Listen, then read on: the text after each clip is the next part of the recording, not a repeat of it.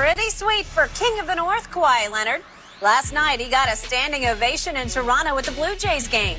No real surprise here. The entire city of Toronto wants Kawhi to re-sign with the Raptors. However, Woj reporting the Claw will likely take a meeting with the Sixers, which is a surprise. And that's in addition to the Clippers, Knicks, and Nets. We're joined once again by Ric Bucher. Rick, where do you predict Kawhi ends up? I still have him ending up with the Clippers. Now, it's become a little more problematic because you're taking KD out of the equation. He's no longer on the list with the Clippers because they're in go mode now. What Kawhi Leonard learned this year was trying to win it as the lone guy or as the top guy. And I agree with you in that he had a lot of help and a lot of depth, but nonetheless, the lone true superstar. Does he want to do that again? And if he's going to the Clippers, who else is joining me? And who else can carry the weight? Nobody.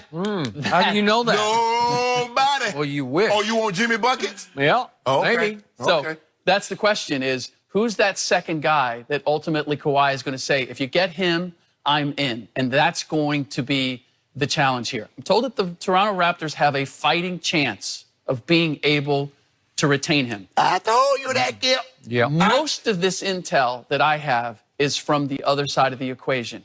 What Kawhi is actually thinking and what his preference list is, we're not getting a whole lot from that side. The Knicks expect that they're going to have a sit down.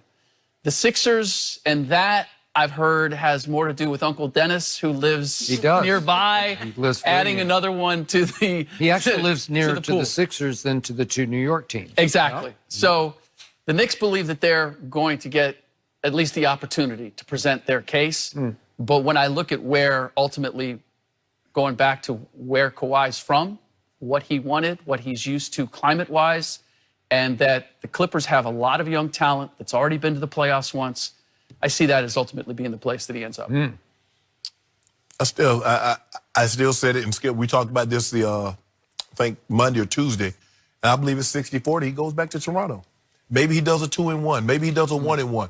Because all these guys have at least one more year on their contract, Skip, so they can stay. They can try and run it back and see what happens. He can say, okay, and then he can sign a bigger deal and go elsewhere. I just think that he has a really good situation in Toronto. He knows Kawhi, you don't want to play back-to-backs, no problem. You want Uncle Dennis to have access. You want him to get on the plane, no problem. You want some of your boys to be able to come and have access, no problem. They rolled out whatever kind of color carpet you want to name, red, blue, green, it doesn't matter. They rolled it out for him. He knows what he has at Toronto. Yep. Man, this Kip to go somewhere else. I mean, they can say that, but are they going to look at you funny? Toronto never blinked an eye when he says, it's a little tight here tonight. They didn't bat an eye. Are the Clippers going to be that way?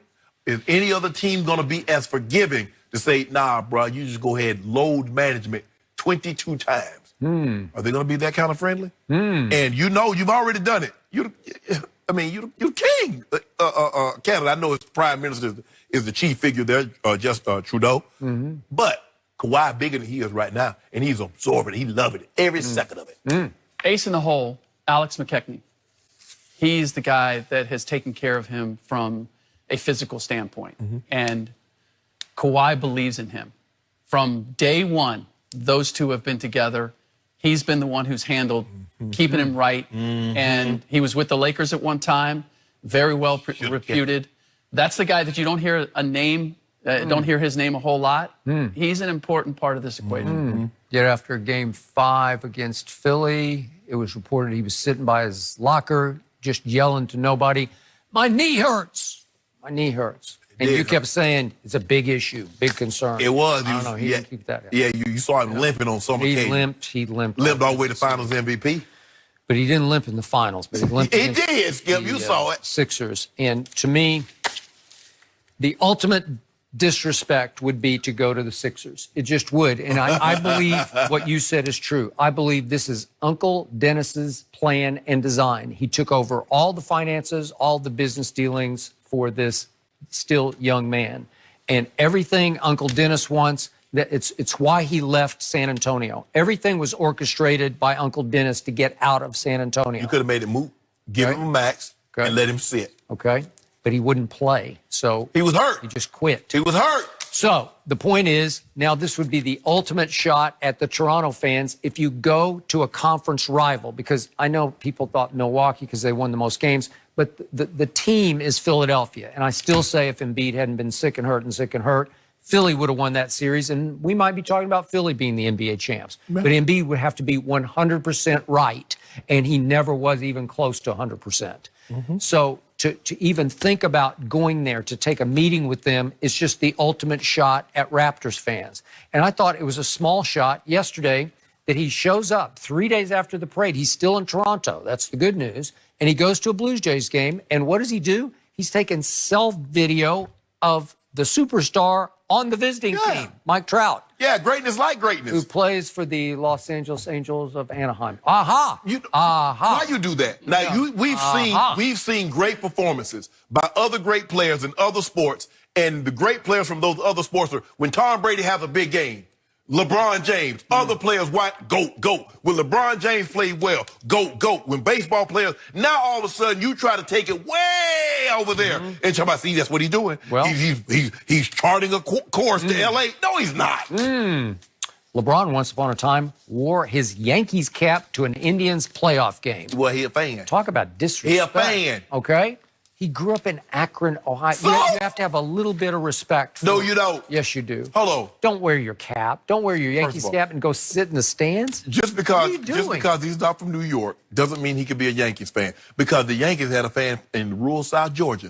That would be moi. So. Okay. LeBron even wore an Emmitt Smith jersey on the sideline pregame at a Browns game. Oh, you got no problem with that, huh? How do you do that? Easy. Because you LeBron James. What are not you your favorite thinking? team. What are That's you your thinking? favorite team.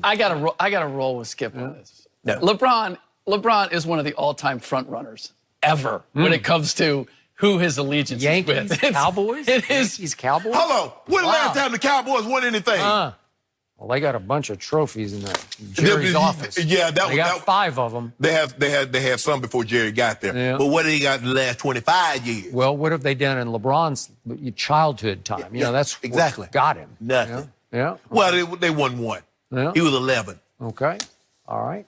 So I'm with you. I'm still leaning Clippers, but it's going to depend on who is the other, who's the co-star. Yeah. And I'm not sure about that. Yeah, no.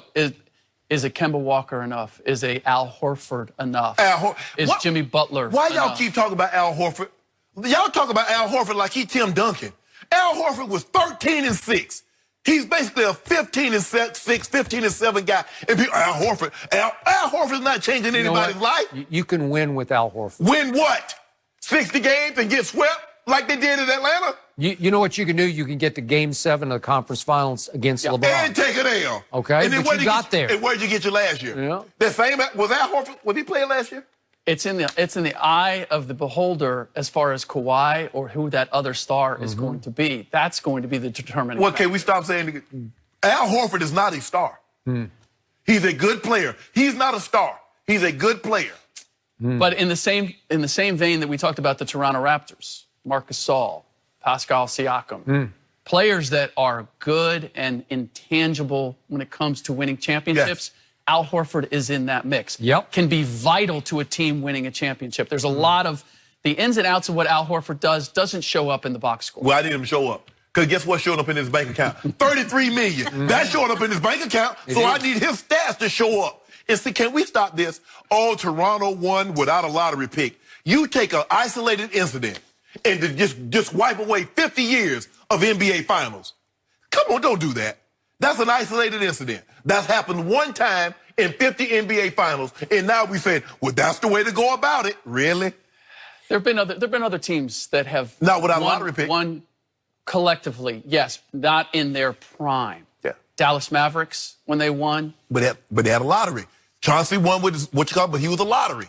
All right, gentlemen, great stuff. We have to leave it here because we've got Rick for one more segment. Free agency does start 6 p.m. June 30th. June 30th. So we will find out some answers then. All right, up next with Rick, does anyone want Kyrie Irving on That's their a team? good question. It is a good question. Oh, the closers? We'll Don't nobody want discuss the closers?